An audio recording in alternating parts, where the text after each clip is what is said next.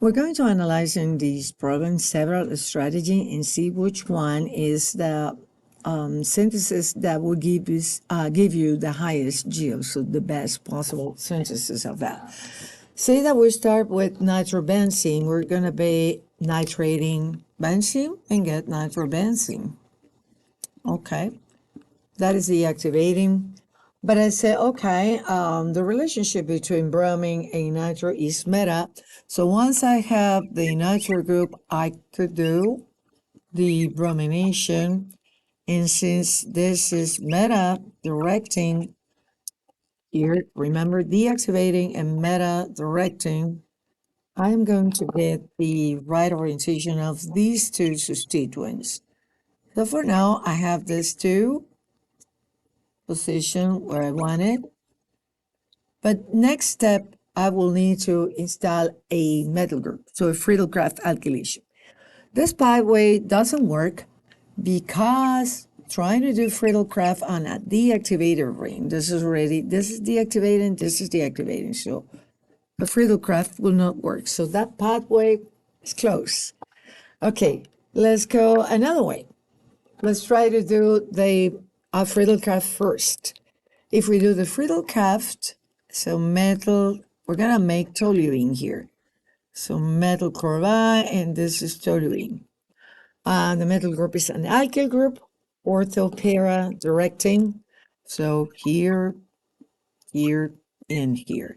So, and what is para to the metal is a bromine. So I'm going to do next.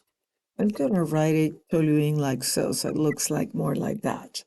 So if I do this and I do bromination, a little problem is that we are going to have a mix of products. So let's do iron tribromide here.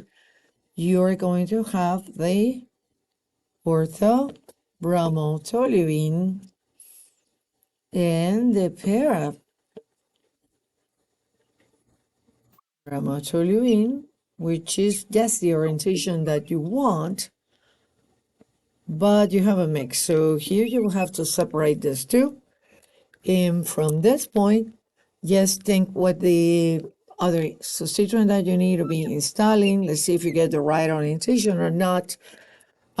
You have activating group, deactivating. So the activating group is going to be predominant, determining the region selectivity. So activating ortho-para directing.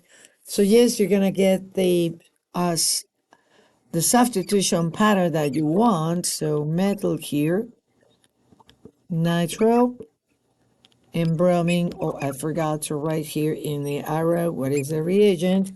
For the nitration, you need, remember, nitric acid, sulfuric acid. But again, the problem in this is that I have to separate here the ortho and para-bromotoluene at this step and then continue. But it could work. So now I'm going to test the other pathway. So the other pathway is starting from a bromination of benzene. So here I'm going to make bromobenzene in this strategy. So next step, I don't want to do nitration here because then the alkylation after the nitration will bring me this problem. I cannot do the alkylation in a ring that is too deactivated. So I'm going to do the alkylation at this step and see if I get what I want. So the bromine is deactivating. You remember all of the halides are deactivating and ortho-para directing. So ortho and para. So these are para to each other.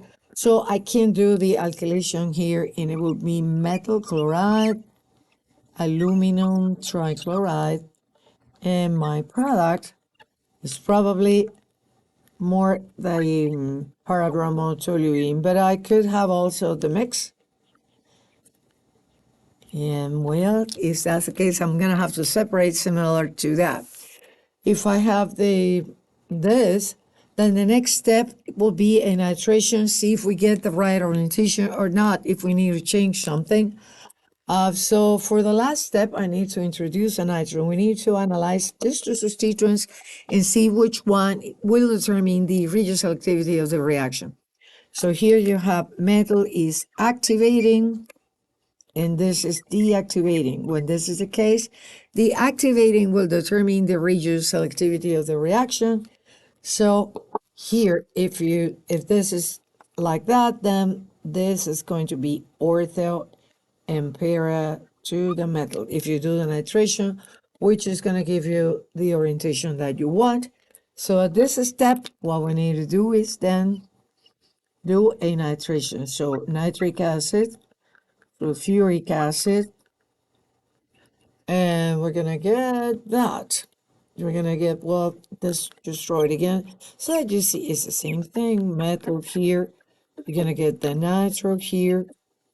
And the bromo, which is identical. Just okay. So what we have seen is that we can prepare a compound several ways. So we need to investigate which one is more efficient.